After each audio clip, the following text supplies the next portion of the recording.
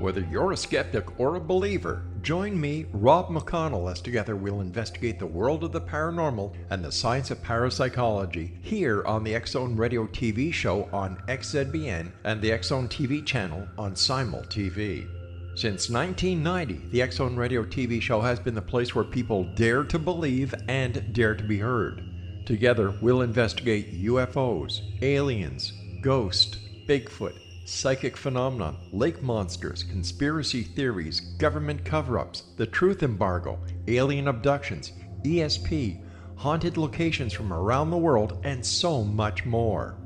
With over 28 years of broadcasting and more than 4,500 individual guests, the X-Zone is truly a place where fact is fiction and fiction is reality, as evidenced by the credibility, integrity, and professionalism of the guests that we bring to our international audience. If you have seen a UFO, had a close encounter, seen a ghost, Bigfoot, lake monster, or a story that you would like to share or have investigated, contact me, Rob McConnell, by sending me your email to xzone@xzoneradiotv.com, or you can call toll-free 1-800-610-7035, extension 143, and on Skype, X-Zone Radio TV. For more information on the X-Zone Radio TV show with yours truly, Rob McConnell, visit www.xzoneradiotv.com or www.xzonetvchannel.com or simultv.com and xzbn.net. Until next we meet here in the X-Zone from our broadcast center and studios in Hamilton, Ontario, Canada, always remember, X-Zone Nation, keep your eyes to the sky and your heart in the light.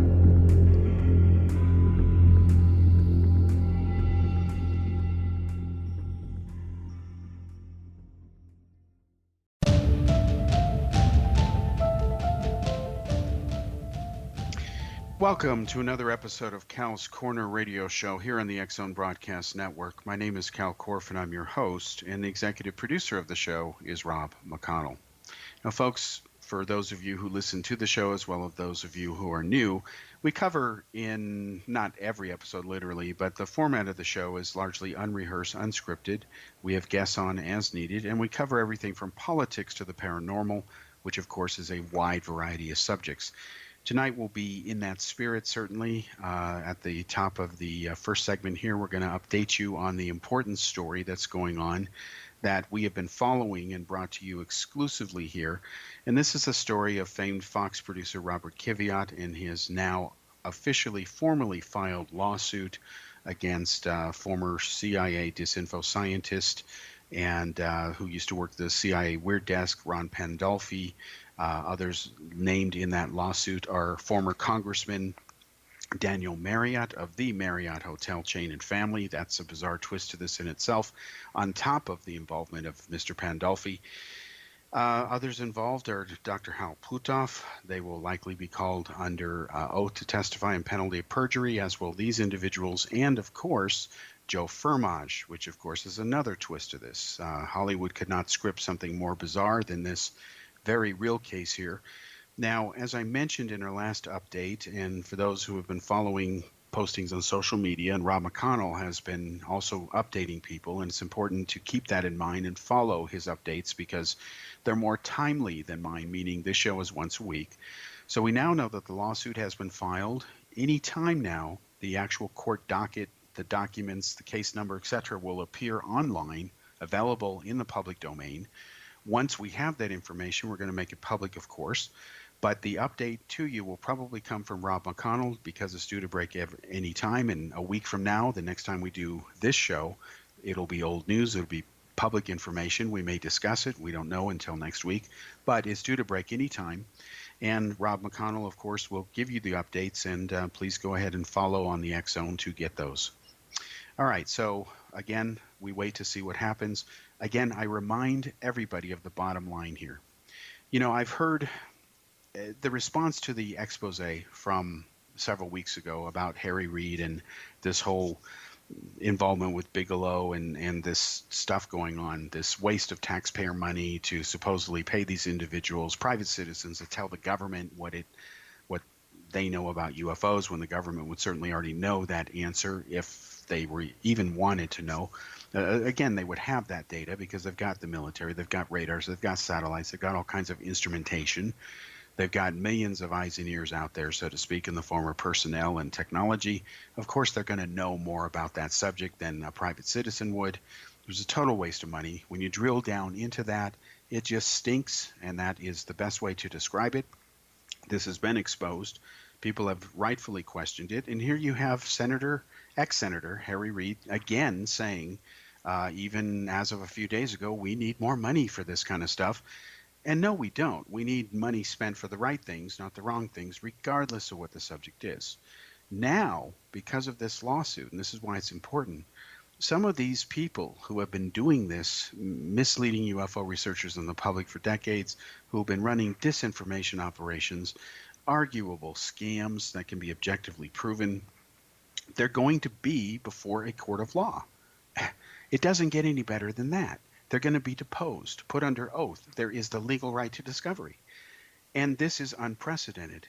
And unless there is some move that comes out of left field to suddenly make all this go away, it is already, the left shoe's already dropped. It's just a question of the right. And once we have that case number, it's good to go. So again, that is a short summary of why this is important. If you want to know the fine details, then please go to the archives for this show, where Bob Kiviat has been a guest over the last few weeks, and he has explained in detail. He's the best person to do it because he's in the middle of it. It's his lawsuit, and why it is important if you want to know the fine details. So that's the update on that.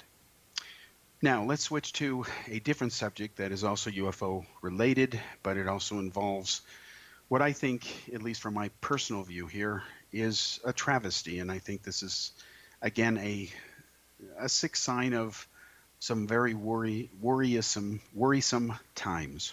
Let me explain what I mean by this. If you remember when cable TV started to take off on its own and it became something of the giant that it is today, most Americans have cable in some form or another, as far as I know, unless, of course, that's no longer true and people are cutting their cable, regardless of whether they're getting it streamed through the internet or whatever. Cable equivalents, if you will, are still being gobbled up by consumers. Companies like Apple are jumping into the streaming, producing original content, as Amazon has started to do. Netflix, of course, has done that as well, as providing content from other networks. Well, now you have these specialty channels. You've had them for a long time. They had stellar reputations until the last several years. We're talking about networks like the History Channel, Discovery, National Geographic. I'm holding those three up as valid, real examples because I have firsthand experience with those TV networks. I have worked on productions that are still being rebroadcast today in syndication of some of the work that I did involving some of those networks. In the case of the Discovery Channel, when my Roswell book was out, Roswell UFO Crash, What They Don't Want You to Know, it remains today the best-selling expose of the Roswell UFO crash of 1947, the myth of it at least. It exposes the false claims in all the 22 top other Roswell books that constitute pretty much all of the public's knowledge of this case. I'm one of the 4 original Roswell researchers. That predates most of the other popular Roswell authors today. That's why, to be blunt, I often shake my head about some of the research that they claim they come up with, but at the end of the day, it still produces nothing substantial because, again, the thing was solved in the late 1990s, and I know that from firsthand experience. I worked with Bob Todd on that, and like it or not, it was and remains Project Mogul. Now, having said that, when you look at the mythos of Roswell, the Discovery Channel used to, because I was in some of those productions, including Secrets of Area 51 Revealed, where we explained, and I explained, that there was nothing alien going on there, that this was an area where they were developing some of the most advanced aircraft in the world, and that you had a thing where this secret work was going on, and yes, UFOs were used as a cover story. And we know this. The CIA has formally admitted this for since 1997, when Dr. Gerald Haynes released his paper on it.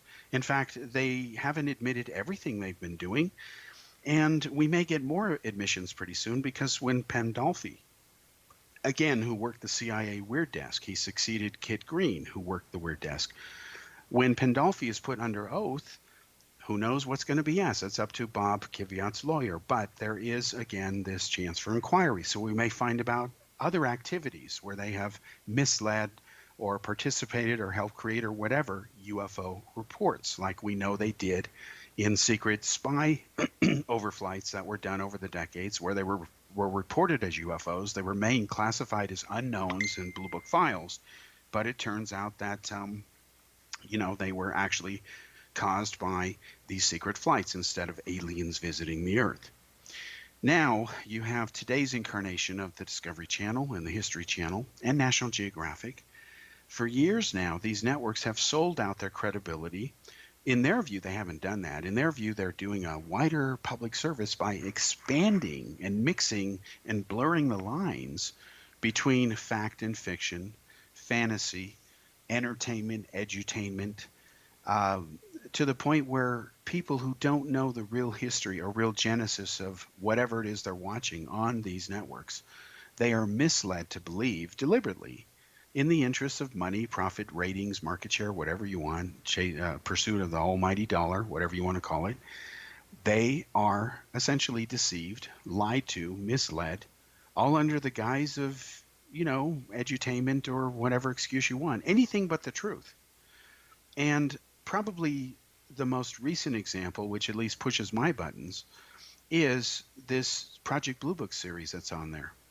Not only do I find the stories to be it's not even good fiction or science fiction. It has nothing to do with Project Blue Book, and the character Hynek in there is nothing like the Dr. J. Allen Hynek that I knew in person. And the latest episode, this is episode 9 that I saw at least, this was the one where you had this couple come in there, and one of them, the husband pulls a gun, and he's complaining of this headaches and what they did to him, they being the aliens. And this is after Hynek has just turned in his resignation letter, and he's, his wife supposedly has told him, either UFOs or me, take it or leave it. So he's going to quit. Then all of a sudden this happens. They're kind of held hostage there. And this guy shows a so-called star map, which when you look at it in the mirror, supposedly shows the opposite view as a reflection will do. And that view is supposedly from outer space looking back towards the Earth, where, the only way he could have gotten that knowledge was from the aliens who supposedly abducted him, since no Earthling would have that information or know how to manipulate that data to point it back the other direction. To use an example, if you look up in the sky wherever you live, you can note where the stars appear. Fine, you can mark them, take a picture, whatever. Now, if you travel halfway around the world, the stars are going to look very different. If you looked at our solar system, our Earth, it would look different from the moon than, say, the moon looks from the Earth. So the idea is that this guy had some sort of alien viewpoint that he could have only gotten from the aliens that abducted him. So where does Hynek in this Project Blue Book episode say that this star system is that they found that he was so impressed with? He says it's the Pleiadians. It's the Pleiades.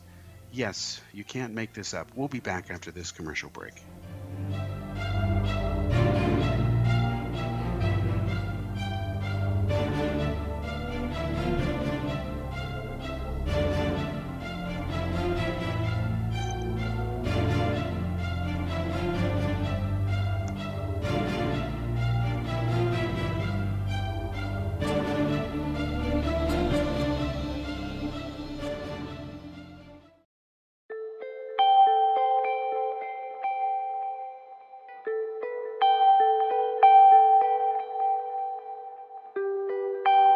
It's hard to listen to the news without realizing we're living in volatile, unprecedented times.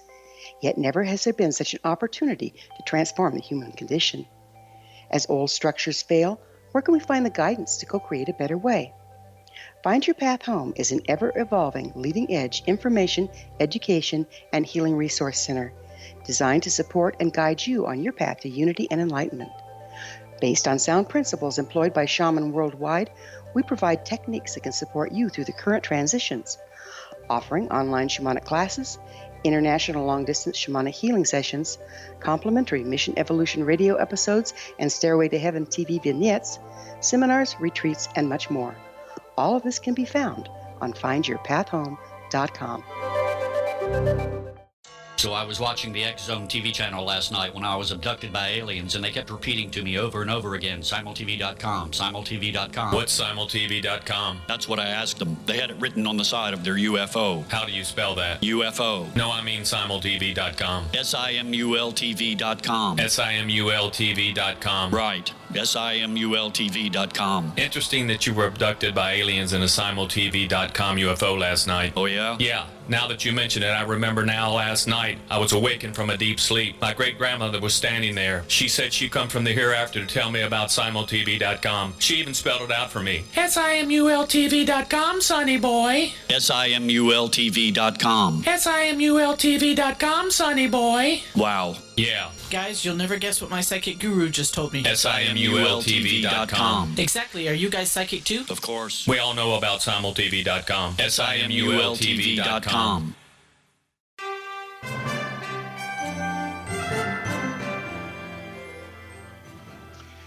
Welcome back to the second segment here on Cal's Corner Radio Show here on the X Zone Broadcast Network. My name is Kal Korff and I'm your host, and the executive producer of the show is Rob McConnell.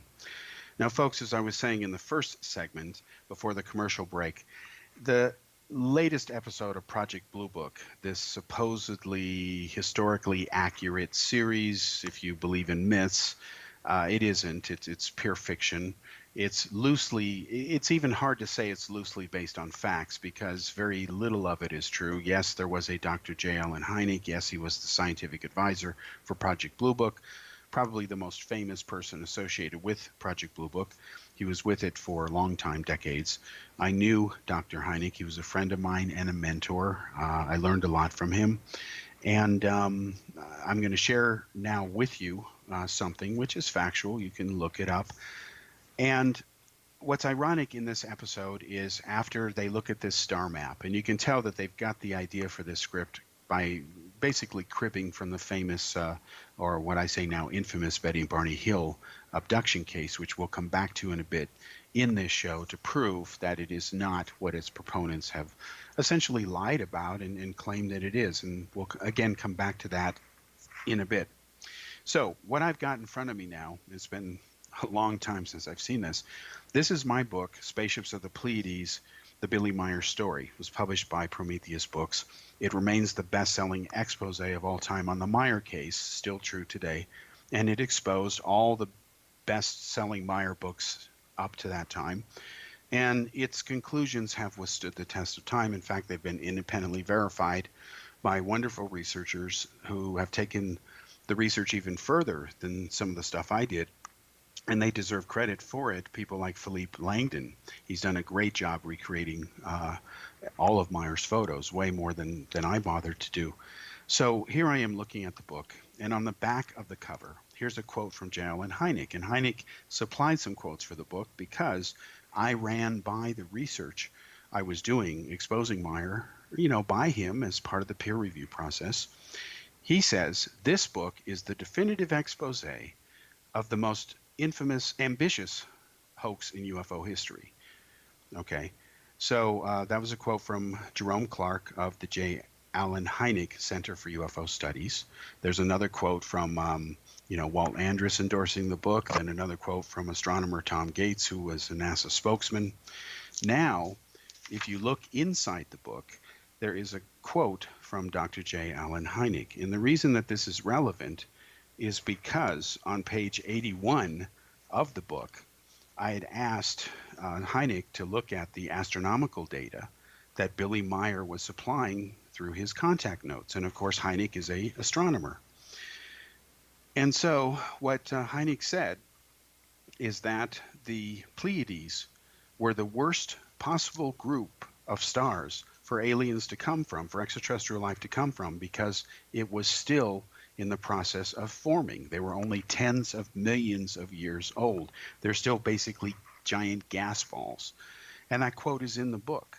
So here's Meier saying that these aliens, which are supposedly much older than we are, much more advanced than we are, which means they have to be billions of years old, their planets, their systems, they would be visible, they would show up. And what has happened in the decades since then, thanks to more powerful telescopes like Hubble and so on, is we're finding that they're still gas balls. They're still in the process of forming. So where are the Pleiadians hiding? Where? There's no place to hide, okay? They're gas balls. Now, here's the thing. Billy Meyer has changed his story. He started changing his story around the time that World's Greatest Hoaxes, Secrets Finally Revealed, was aired on Fox TV. The first major change occurred when my book had come out exposing him, because in that book I published for the first time, no one else had done it, the actual photos that Meyer had given to people like Hans Jakob, who used to manage and control his photo binder. He was the master librarian, so to speak. And I saw the photos in the Jakob binders. They gave me that material, the Jakob family, and I published those photos in the book. There's about 118 photos and illustrations in the Meyer expose book that I wrote, which is over 400 pages long. Now, having said that, Billy Meyer started to change his story, because when the photos of the dinosaurs started appearing in there, the time travel photos, which were clearly animations, the Apollo-Soyuz photos, which were clearly from NASA, they were not photos of real events. He then came up with this concocted contact where he said, oh, he was really sick and these were staged and substituted and faked and forged by the men in black. Well, even in the Hynek episode that I saw earlier today, before this show, there's a man in black there. They might as well call him Cancer Man from the X-Files. It's just as ridiculous. So here we go again. Because there is a generation of people now, let's call them millennials for lack of a better term, who believe stupid things, that the X-Files is practically a scientific documentary.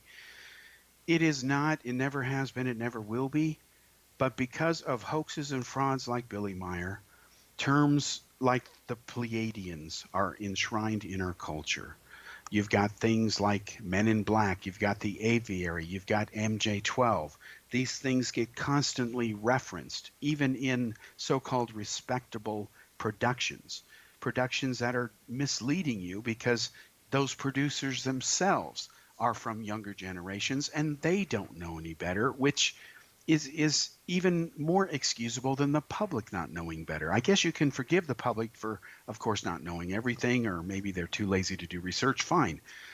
Okay, especially in the world today where everyone wants to learn the news by a Twitter headline.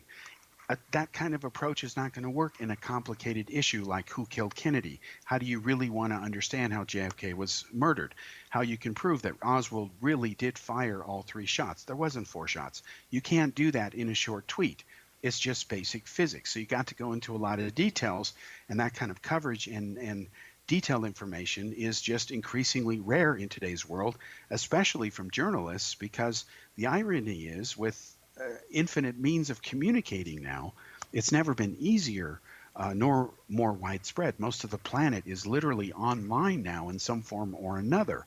And I've seen this all over the world. There's more smartphones in India than there is in America. A lot of Americans don't even think about that. The sheer numbers are incredible.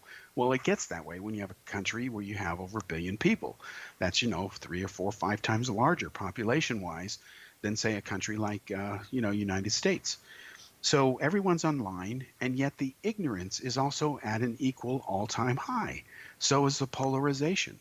So, they say a little knowledge can be a dangerous thing. Well, what is a lot of knowledge? So far, it seems to be imploding too many things, and it should be driving an opposite effect where people are thinking more critically and objectively because they've never had more access to data than they do now. They didn't have it 10 years ago. I wish I were younger and had the internet when I was in high school. If the libraries and the universities around where I lived in the Bay Area didn't have it, I was screwed. That was it. Or I had to contact some professor back east, find a way if he could mail me a photocopy of something. Then it went by snail mail. Those were the good old days. Now you just Google it and hope to God that Google indexed it properly. That's questionable. Then you have issues of, are the meta tags fair or accurate? I remember in the early days of the dot-com explosion, if you were a smart webmaster, you'd put keywords like Pamela Anderson in your webpage, even if it had nothing to do with it. Why? Because you'd get extra traffic. That was some of the tricks that were going on back then, and that game is still played. So here we have a situation where we've got record global ignorance, at the same time record global awareness of certain issues, and then woven in and out throughout that is a lot of fake news and disinformation. And then it's hard to get legitimate stories to rise to the cream of the top, or the cream on the very top, so that they get the attention that needs to be deserved.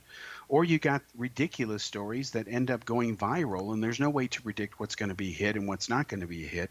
Logic gets turned upside down, and you end up eventually with a divided culture instead of a united culture that can't even agree on what basic English means. It's no longer a world, at least in the West. They don't think this way everywhere in the world. I've seen that personally, and thankfully they don't, where they know that, some things are yes and no. There's no maybe about it. There are some things that are black and white. And I don't mean racially, but I mean in a binary sense. And there is no gray. There is no in between. But yet in the West, it's like, well, maybe it's this, or I want it to be this, therefore it must be. It's just plain ridiculous. I'll just share with you an example of ridiculousness that happened to me on social media real quickly before we go to the commercial break. I posted an article about a transgender who was, without comment. I just posted the article about it. Well, people attacked me saying, oh, it's because I'm mocking that person. No, I thought the story was interesting, and I posted without comment. When I don't comment on something, I'm just posting it, like FYI. That's it. If I meant anything more, I'd just say it. I don't mince words. I'm not afraid to say something. Ask any number of people who know me. So that was it. So I had to explain even to a relative of mine, hey, you don't know my views on this subject. My view is to each their own. If somebody wants to be a transgender, that's their business. If they don't want to be, that's their business too. Whatever they want, as long as they're not hurting somebody, that's their business. That's my view. What about to each their own? Don't you understand? Well, now he understands my views. I think it's kind of obvious. To each their own. All right. Now, before we go to the commercial break, we're going to come back and talk real quickly about that Project Blue Book episode and why it was cribbed from the Hill case, and why the Hill case has a serious credibility problem. We'll be discussing some stuff that I've never revealed before, but I guarantee you is going to come out in a wonderful book in a few months after the Annie Jacobson book. It's another volume in the upcoming series. We'll be back after this commercial break.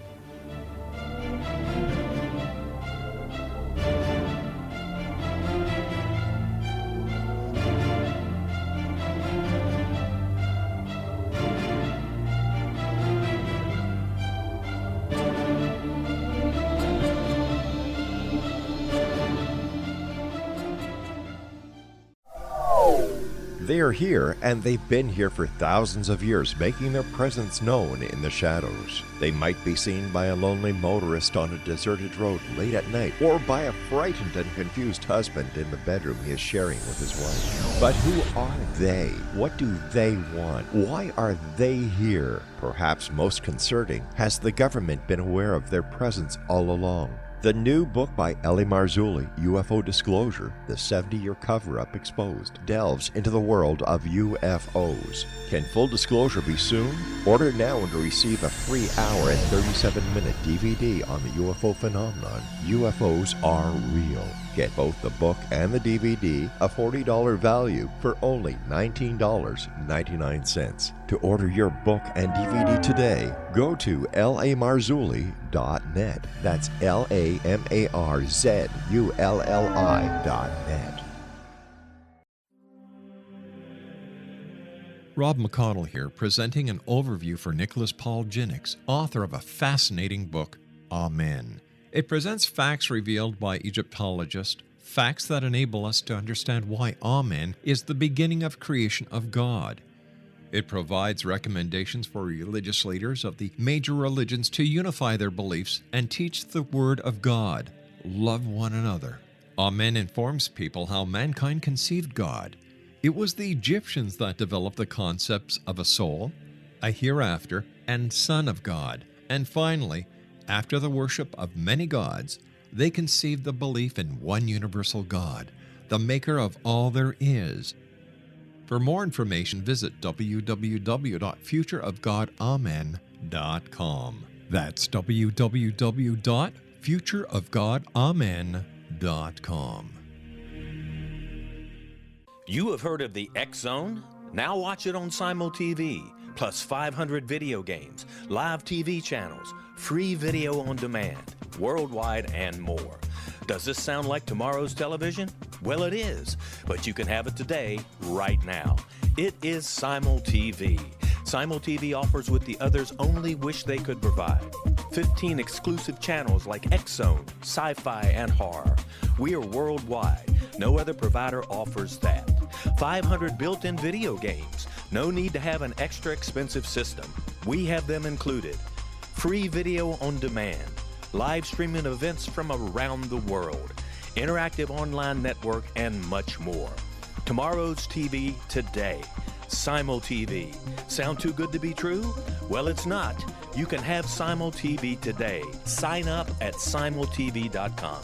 Do it today.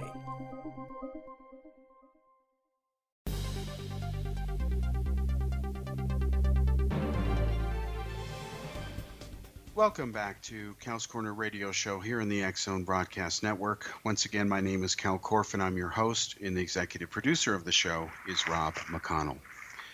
Now, we're talking about the Project Blue Book episode and why the Betty and Barney Hill UFO abduction case, which is probably the most famous UFO abduction case of all time, at least based on my understanding of ufology over 40 years of being into this subject. Now, the reason that the Hill case is important is because of what it both is and what it isn't. And I need you to get your mind around this, because I'm going to be disclosing some things that I've never talked about publicly before, but I guarantee you will be revealed in fine gory detail later this year in a upcoming book that is part of the X Zone Investigate series. There is a book coming out in the next couple of weeks that exposes Annie Jacobson's Area 51 book and some of the, let's say, background stuff that went on in there. But then there's another book a couple months later that's coming out exposing the famous Betty and Barney Hill UFO abduction case.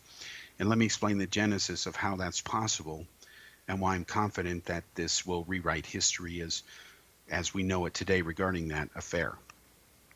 Now, I first got involved in the subject of UFOs on October 19th, 1973. I later got to know Stanton Friedman, who of course is probably the greatest proponent of the Betty and Barney Hill UFO abduction case. He's certainly one of the major proponents. Now, what happened was when I was in high school, there was an article that was published in Official UFO magazine, and somewhere online you can get a copy of it in an archive, and it was written by UFO skeptic Robert Schaefer. Robert Schaefer talked about the Betty and Barney Hill UFO case, and he was saying that the interrupted journey had basically been solved, and that the famed star map that Betty Hill drew under hypnosis that was later identified by Marjorie Fish supposedly as depicting the constellation of Reticulum, which at that time was believed to be 37 light years away from Earth. We now know today it's closer to some 39 light years away. But regardless, what distinguished the Betty and Barney Hill UFO abduction case from all other abduction cases was the existence of this star map. Because if you believe what people like Friedman have said about it over the years, Betty drew a map that contained stars that were not discovered by scientists until several years later. The order of those stars was in a logical pattern from nearest star to nearest star. In other words, the aliens didn't go out 5 light years, come back 20, then go out 15. It was logical, nearest star to nearest star to nearest star. And we know that, according to Betty Hill, because she said that the solid lines represented certain things on the map, like where they visited frequently. The dotted lines represented trade routes or expeditions. Therefore, those would be the further out stars. Therefore, they would travel there less frequently. These are deductions and conclusions, and I've heard people like Friedman make as they've tried to dissect and analyze the so-called logic that supposedly supports the Hill star map as interpreted by astronomer Marjorie Fish. And the work that Marjorie Fish did is to be commended. She tried her best, built a series of 3D models using beads on a string, using different size beads that represented different types of stars depending on their spectral class, because you have white dwarfs, you've got yellow G main sequence type stars, you've got red giants, you've got, again, the different types of stars that are out there. She represented with different beads, and she was able to make these scale models. And when she viewed them from a certain direction, looking back towards Earth, she found one pattern that seemed to stand out more than others, and this was the so-called pattern of the constellation of Reticulum, and stars that were identified later as she began to work the map. There were other stars on there like Tau Ceti, Epsilon Eridani, and so on. Now, the fact that a housewife, Betty Hill in this case, could draw a map that was technically accurate, containing stars that supposedly were not discovered by scientists until years later, putting them in the right order, putting them in the right viewpoint, and finding out that Zeta 1 and Zeta 2 reticuli were G2 type spectral stars, which are identical to our sun, Sol, which is a G2 type star. Therefore, theoretically, we could switch suns and we'd never know the difference, although the two reticuli are supposed to be a little cooler, slightly smaller than our sun, but otherwise a G2 type star. And to see that almost all the stars in the Fish map are the right kinds of stars to have life-bearing planets around them, you say, wow, this is fantastic stuff. Her source of data must have been from the aliens, because we know that constellation, another little tidbit for you, which Friedman likes to boast about, the constellation Reticulum cannot be seen north of the equator. The Hills lived in New Hampshire. That's very far north of the equator, and they couldn't see it. And yet you have to be south of the equator to see the constellation of Reticulum. They've never been south of the equator. So how could they put all this stuff together if they weren't telling the truth? Well, I asked the same question, and when Robert Schaefer wrote his article, it bothered me as a teenager. I went to Stanton Friedman and I said, what about this? Well, Friedman told me his standard answer. Bob, Schaefer's a skeptic. Don't confuse me with facts. My mind's already made up, meaning Schaefer's. He's a debunker. Now, Friedman is the infamous individual for having screwed up the definition of the word debunker, because as I've said countless times, because it's true, it's kind of obvious. The word debunker doesn't mean you have a closed mind. That's a peculiar definition that ufologists subscribe to. A ufologist is someone who makes a conclusion about a UFO case or UFOs in general, which is not derivable from the facts. And unfortunately, ufology, which is supposed to be the scientific study of UFO reports, not the UFOs themselves, because they won't cooperate. There's a difference between ufologists and ufologists. A ufologist says a debunker has a closed mind. A ufologist says a debunker separates fact from fiction, because to debunk something, according to the dictionary, is to remove the bunk. Just like decaffeinated coffee removes the caffeine. Duh, we know what DE means. It's a prefix to remove something in the English language. But only in ufology does it mean you have a closed mind. Now, you would think that separating fact from fiction would be welcome in a legitimate field of inquiry that ufology is supposed to be. But of course, in ufology, legitimate inquiry is deadly, because it means that imaginary fool or field can't even exist. So Friedman told me all this. I didn't like what he said, because it didn't solve anything. Both these people couldn't be right. If Fish is right, God bless her. If Charles Atterberg is right, the other astronomer whose data Robert Schaefer cited in the article was correct, God bless him. At least we know the truth. That's what matters. So I told Friedman, okay, if you're not going to do anything, I'm going to do it. And I'm the teenager in high school. I'm a freshman at this point. In fact, started this in 8th grade. Okay, so I start writing Charles Atterberg. We corresponded every day for over a year. And this is back in the days where I had my Smith Corona typewriter, carbon paper, so I could have copies of it. mail it in an envelope, take 3 days to arrive back in Sandy Springs, Maryland. He would read it, answer back in detail. This went back and forth, and I go back and forth between Stanton and him and be the middle guy. And every single argument that Stanton threw at me and told me to convince me to his side, I threw at Atterberg. And after a year of back and forth, Friedman got his ass handed to him. I'm sorry. So I finally have wrapped up my investigation. I've now Robert Muellered all of this, okay, to use a bad analogy. And I now have a very thick file of all this correspondence, and it's smoking gun stuff. It's wonderful. You can take it to the bank, so to speak. It's tangible as tangible gets. And the whole thing is just sunk. The bottom line is that the fish map has been destroyed at this point. New data has shown that the Atterberg map is a better match for the Hill star map than Marjorie Fish is. And you might say, well, damn, that's really exciting because that really proves the Hill case even more, right? No, only if you're a ufologist would you think that way, and unfortunately people do. No, it actually means the Hill case is just another abduction claim, and it's got nothing to support it now, just like none of the other ones do. So it's not special at all. In fact, it's passé, okay? Because you can't have two matches, okay? There can only be one star system where they come from, unless they all came from different planets on that ship. Who knows? It just doesn't add up. So the whole case fell apart. So I take this file over to Friedman and I show him, and I'll never forget his reaction. I hand him the file, and this is down in his office in the basement in Union City, and he's flipping through it, you know. And then he closes it, hands it back to me, and he says, I don't know. I'm not an astronomer.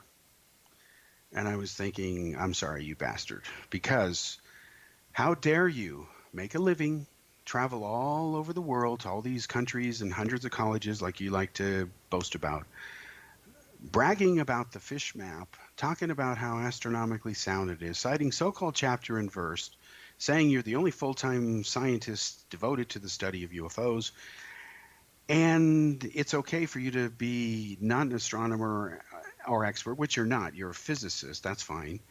But it's okay there. But then suddenly when this thing, which has nailed all your arguments down and everything's in your chapter and verse because you know what I did, you were actually involved and in half of it at least, and now all of a sudden you just don't want to deal with it. So that rubbed me the wrong way, and that caused a division between us. And that division came up again years later when I wrote my Roswell expose book, which showed that it was Project Mogul and not a crashed alien craft or two crashed flying saucers that Friedman claimed ridiculously in his book Crash at Corona, which I was just really disappointed in. So that is the short version of what happened with the Hill case.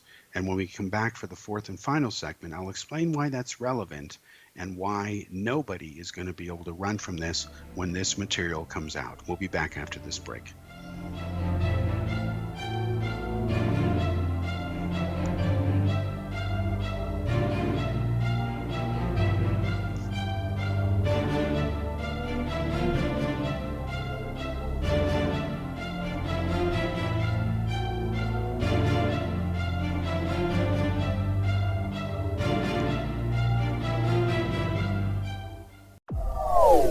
They are here, and they've been here for thousands of years, making their presence known in the shadows. They might be seen by a lonely motorist on a deserted road late at night, or by a frightened and confused husband in the bedroom he is sharing with his wife. But who are they? What do they want? Why are they here? Perhaps most concerning, has the government been aware of their presence all along? The new book by Eli Marzulli, UFO Disclosure, the 70-year cover-up exposed, delves into the world of UFOs. Can full disclosure be soon? Order now and receive a free hour and 37-minute DVD on the UFO phenomenon. UFOs are real. Get both the book and the DVD, a $40 value, for only $19.99. To order your book and DVD today, go to lamarzulli.net. That's LAMARZULLI.net.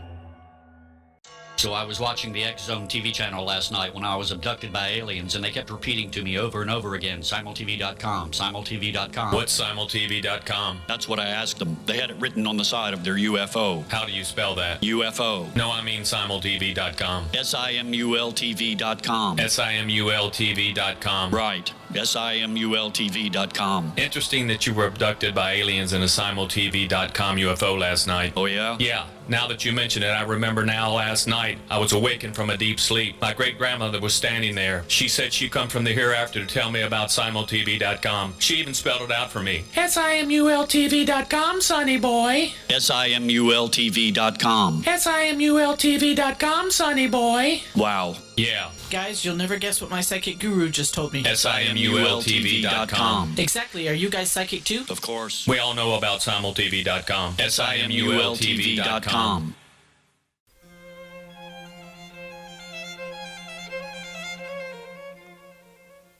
Welcome back to the final segment here on Cal's Corner Radio Show here in the X Zone Broadcast Network. Once again, my name is Kal Korff, and I'm your host, and the executive producer of the show is the one and only Rob McConnell. Now, as I was saying and talking about the Hill case, I promise you that later this year, it's around the summertime, it'll be a couple of months after the Annie Jacobson expose book comes out in a few weeks. An expose book, long overdue, I've talked about it off and on over the years, on the Betty and Barney Hill abduction case is coming out. In my mind, in my view, and I think I can defend this credibly, logically, scientifically, any right way you want to call it, I think that this expose pretty much relegates the Hill case, regardless of whether it's ultimately true or not, to just another abduction claim. It may be true, it may not be true. It's like a UFO sighting itself in that standpoint. Either it happened or it didn't. Maybe it did, maybe it didn't. Then there's questions of, did it really happen the way the witness claimed? Well, again, what was supposed to distinguish the Hill case from all others, the reason it was important, was this star map, because the star map appeared to show where the aliens or one group had come from that visited the Hills in this case, if they really were there. And that star system seemed to match technically when checked by a real astronomer named Marjorie Fish.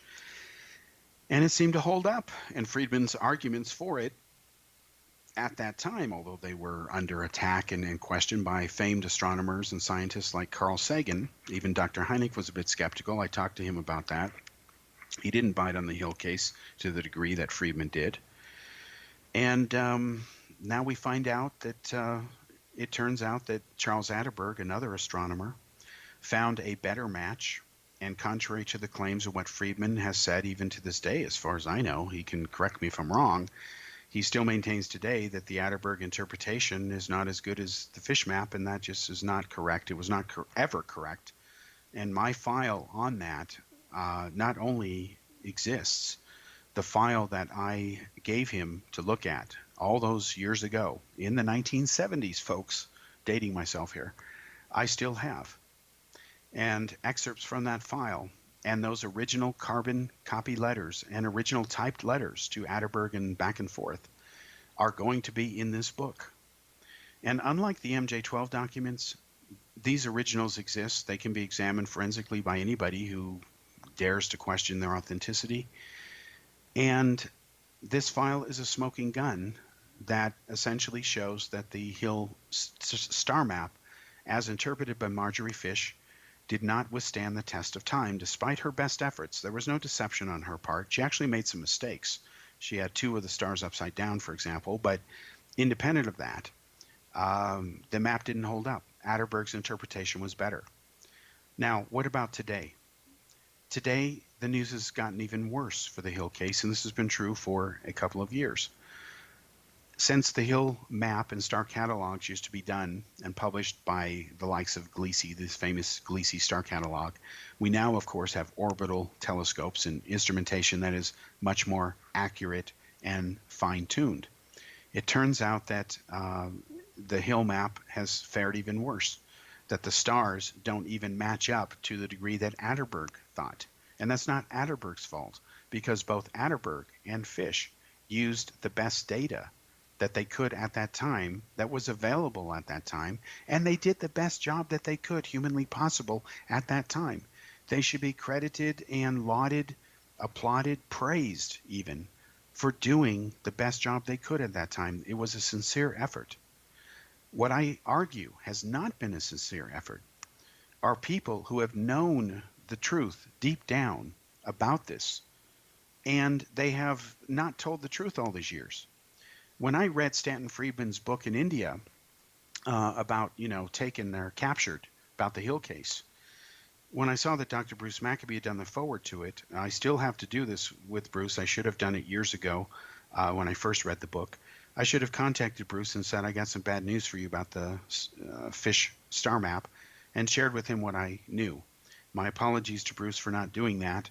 I will now contact him as a result of the show and tell him, and then ask him for his honest opinion. If he still wants to believe in the Hill case, he has that right. If he doesn't, he has that right too. I'm not trying to push him one way or another, but in the interest of full disclosure, because this book is coming out to the public, and Bruce is a friend of mine, research colleague, and he has written the foreword for Friedman's book, I feel like I need to let him know about that.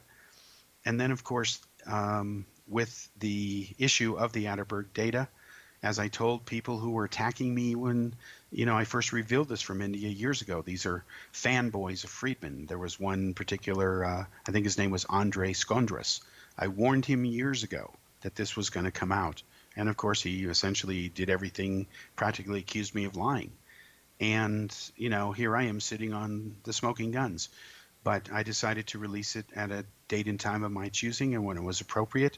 And now I think that that is appropriate to release it as part of the new X-Zone Investigates upcoming series, book volume number 2, because the series will be both visual and as well as certainly written in ebook form, because people like the data in different formats. And the idea is to put it in more than one format so that whatever platform that people are into, they can hopefully get the data that they prefer to consume it in. And it's about informing people and getting the truth out to the public.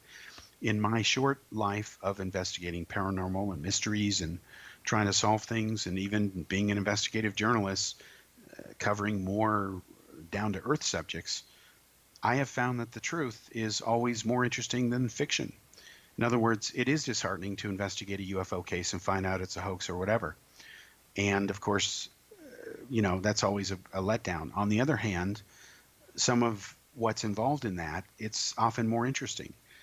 Look at how convoluted the Meyer case is. I can't tell you, and it would take a long time, months, for me to go into minutia of all the stuff and all the different trips over the years. A couple of times in the different flights to Switzerland, what it was like in detail to meet his wife when she's telling me what a fraud he was and so on. And we got all this on tape and in Kiviat's production and so on. Fox only aired a small portion of it, of course. So that was way more interesting than if everything had been true, because even if it all was true, you're still limited because you're never going to meet some Yazi. That's only Meyer's privilege, right? Just a bunch of other hooey. So it's been my experience that the truth is much more interesting than the fiction. It's just the way that life is, I think. It's a reflection of that. And everything, of course, is a reflection of the universe we live in. The reason I don't believe there's a paranormal is because it makes no logical sense. Everything is part of the universe. So if it's paranormal, it's not really paranormal.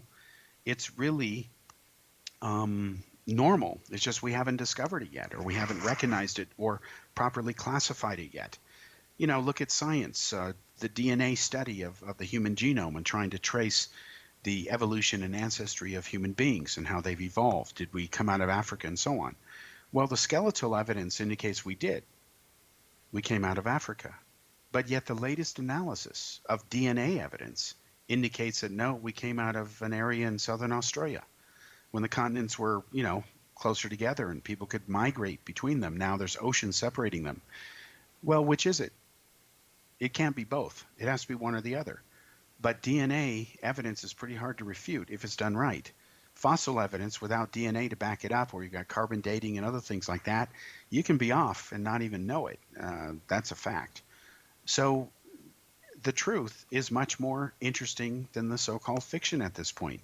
It turns out that the simple explanation that we all came from Africa, well, it may not be that simple after all. In fact, it seems to be that there was more than one human species alive at the same time that didn't have contact with each other. They found a new pygmy species down in the southern part of Australia, previously unknown group of humans. And then later on, some of them met, interbred, and whatever. And then, of course, produced offspring and evolved from that. So it's a bit all over the map. It's absolutely not automatically linear. And that's true with a lot of things. Ultimately, everything is related to everything else. It's just a question of, to what degree and on what issues. I've always said to people, life is one big relational database. And the way that you help understand and live a great life is you try to understand and maximize and leverage those relationships because they all are related. I'll give you one quick example. I had not been to a city in Europe in 7 years. This was a trip I was on. And I used to go to this pub in this city in Europe. And I went there to go there because I hadn't been there since I'd been in the city. It'd been about 7 years. And it turns out that a new owner had bought the place and everything, so nobody was there that I was familiar with. So I turned around to leave that pub, and I run into somebody who I used to go to that pub with. It was a woman. She met me right there, says, "Oh, hi, haven't seen you in 7 years." And what are the odds of running into somebody that you used to see all the time, a couple times a week, used to go to the pub with, socialize with? It was, someone who was a teacher. And you run into them on a trip. You happen to be in this large European city 7 years later, at that moment in time, in the middle of a winter snowstorm. It was very cold out, and most people were not outside walking at that time, but I just felt like doing it because I was going to leave, and it was my one chance to see that old pub and go in there for old memory's sake.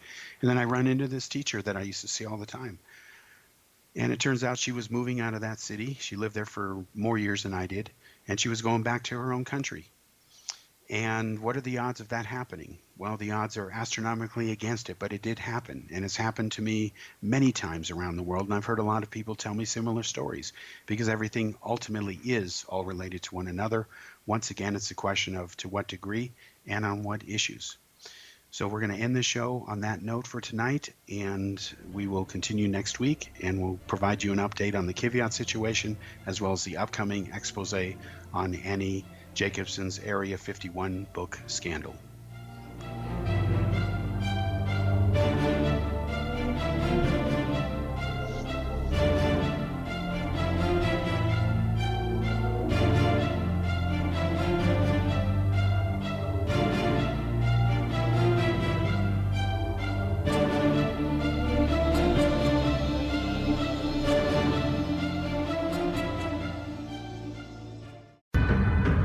If you are looking for a safe, zero-calorie natural option to the harmful artificial sweeteners on the market today, Just Like Sugar is what you're looking for. Just Like Sugar is a wonderful natural alternative for those health-conscious people who choose a calorie-restricted diet with a great, pure, sweet flavor that tastes just like sugar. Just Like Sugar is a great natural option for people suffering from diabetes and may be useful in restricted diet programs where standard sugars are not allowed and does not cause a laxative effect of some other sweeteners. Just Like Sugar comprises a perfect blend of chicory root fiber, natural calcium, natural vitamin C, and Just Like Sugar's sweetness comes from the natural flavors from the peel of the orange. Just Like Sugar is a natural alternative to harmful artificial sweeteners and will change the way that you believe all natural sweetener products taste. Just Like Sugar is available at your local Whole Foods markets, Wild Oats markets, Henry's, Sun Harvest, and many other fine natural food stores in the U.S., Canada, and worldwide. They are here, and they've been here for thousands of years, making their presence known in the shadows. They might be seen by a lonely motorist on a deserted road late at night, or by a frightened and confused husband in the bedroom he is sharing with his wife. But who are they? What do they want? Why are they here? Perhaps most concerning, has the government been aware of their presence all along? The new book by Ellie Marzulli, UFO Disclosure, the 70-year cover-up exposed, delves into the world of UFOs. Can full disclosure be soon? Order now and receive a free hour and 37-minute DVD on the UFO phenomenon. UFOs are real. Get both the book and the DVD, a $40 value, for only $19.99. To order your book and DVD today, go to lamarzulli.net. That's LAMARZULLI.net. You have heard of the X Zone? Now watch it on Simul TV, plus 500 video games, live TV channels, free video on demand, worldwide, and more. Does this sound like tomorrow's television? Well, it is, but you can have it today, right now. It is Simul TV. Simul TV offers what the others only wish they could provide. 15 exclusive channels like X Zone, sci-fi, and horror.